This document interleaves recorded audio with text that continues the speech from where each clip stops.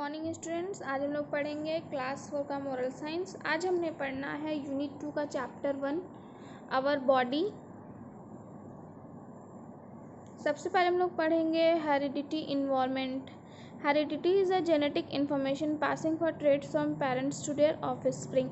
Heredity क्या होता है? एक जेनेटिक इन्फॉर्मेशन होता है जो पेरेंट्स से उनके बच्चों तक पास होता रहता है। Some time you behave like your mother और फादर। कभी कभी हमें ये लगता है कि हम लोग अपने मम्मी और पापा की तरह बिहेव करें। Do you know the reason behind it? क्या हमें इसके पीछे का कारण पता है? It is just because of heredity. ये सिर्फ हेरिडिटी के वजह से ही होता है। Why do children look like their parent? बच्चे क्यों अपने पेरेंट्स की तरह दिखते हैं? Why do brothers and sister resemble each other? भाई बहन एक जैसे क्यों लगते हैं? This is because we inherit traits from our parents. ये इसलिए होता है ताकि क्योंकि हम लोग अपने पेरेंट्स से इनहेरिट ट्रेट्स मिलता है हमें। The passing of traits from parents to child is the basis of heredity. तो जो ट्रेट्स पास होते रहते हैं पेरेंट्स टू चाइल्ड, ये क्या है? हेरिडिटी का बेसिस है।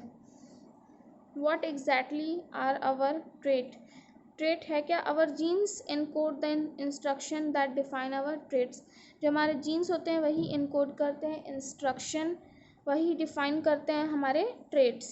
Each of us has thousands of dense jeans.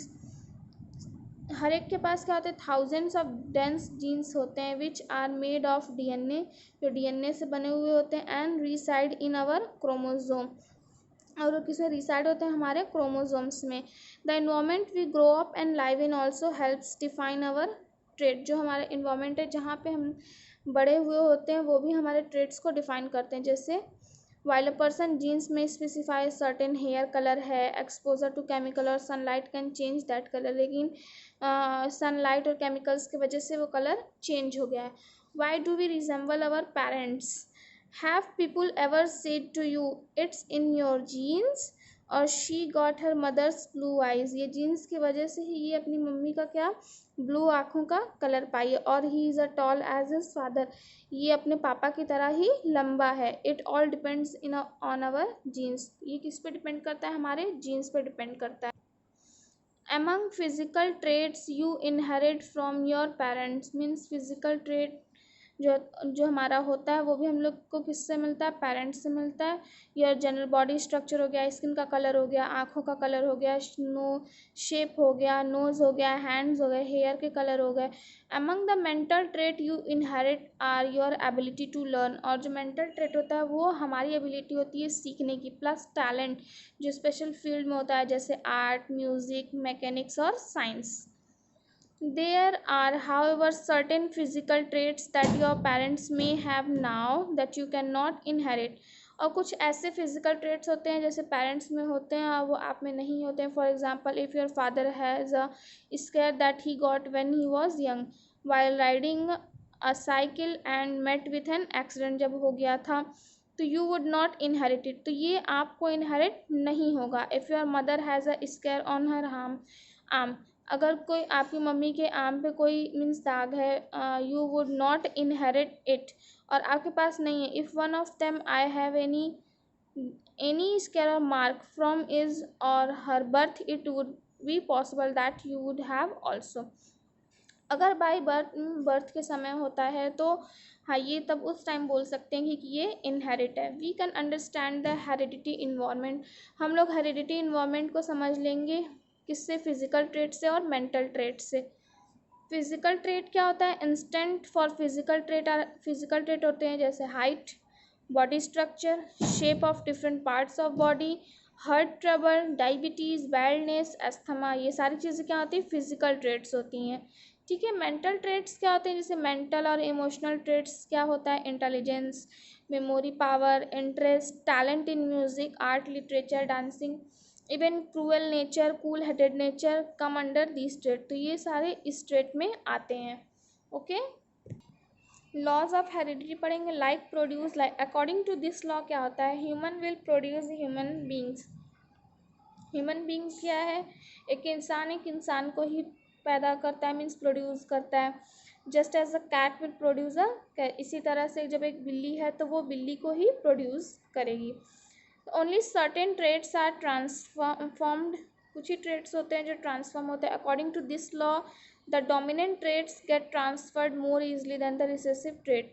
इसमें क्या होता है, जो डोमिनेंट ट्रेड होता है वो इजली ट्रांसफ़र हो जाता है रिसेसिव ट्रेड्स की जगह। Convergence of two lives, according to this law both the parents play, दोनों जो पेरेंट्स होते हैं वो प्ले करते हैं equal important role in convergence of their traits to their office. Means अपने ट्रेड्स को अपने बच्चों के लिए मीन्स उसके लिए एक इम्पॉर्टेंट रोल प्ले करते हैं। अब हम लोग पढ़ेंगे environment factor.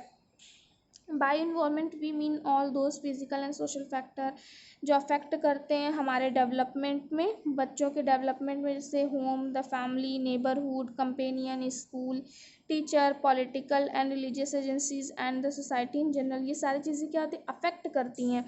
No individual is the same at maturity as he was born, कोई भी इंसान सेम नहीं होता है, ठीक है। एनी और all of the environmental component can affect the health of the person, जो पर्सन का हेल्थ है वो इन्वायरमेंटल कंपोनेंट में भी इफेक्ट करता है। Everything that influence the child apart from himself from what he inherited from his parents is his environment. तो कुछ चीज़ें पेरेंट्स से इनहेरिट होती है और कुछ चीज़ें इन्वायरमेंट से भी मिलती है। डेवलपमेंट कंक्लूजन में देखेंगे बोथ हेरिडिटी और इन्वायरमेंट क्या together means equal role play करते हैं हम एक ह्यूमन नेचर को फॉर्म करने के लिए। हाउएवर इन सम केस, कुछ केसेस में ऐसा होता है कि heredity plays significant role in children development being in pre school और एट होम। मीन्स हेरिडिटी भी एक बहुत ही सिग्निफिकेंट रोल प्ले करती है। At the same time there have been evidence showing that in some other case, किसी जगह ये भी प्रूफ मीन्स एविडेंस मिला है कि इन्वायरमेंट भी एक बहुत इंपॉर्टेंट रोल प्ले करता है ह्यूमन नेचर को के फॉर्मेशन के लिए।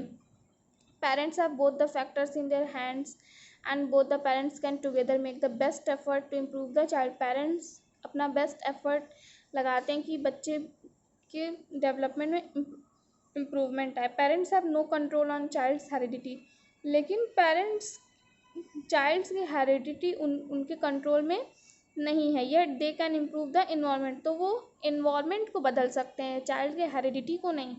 दस as a good teacher they should provide rich and stimulating environment. As a teacher हम लोग को क्या करना है, एक रिच और स्टिमुलेटिंग इन्वायरमेंट बनाना है जिससे कि बच्चों के डेवलपमेंट हेल्थ डेवलपमेंट में मीन्स हम लोग उसे इम्प्रूव कर सकें। ओके, तो ये था हमारा चैप्टर 1। हम लोग आज इसकी रीडिंग कंप्लीट कर लिए। नेक्स्ट क्लास हम लोग इसका चैप्टर पढ़ें, क्वेश्चन आंसर करेंगे। ओके।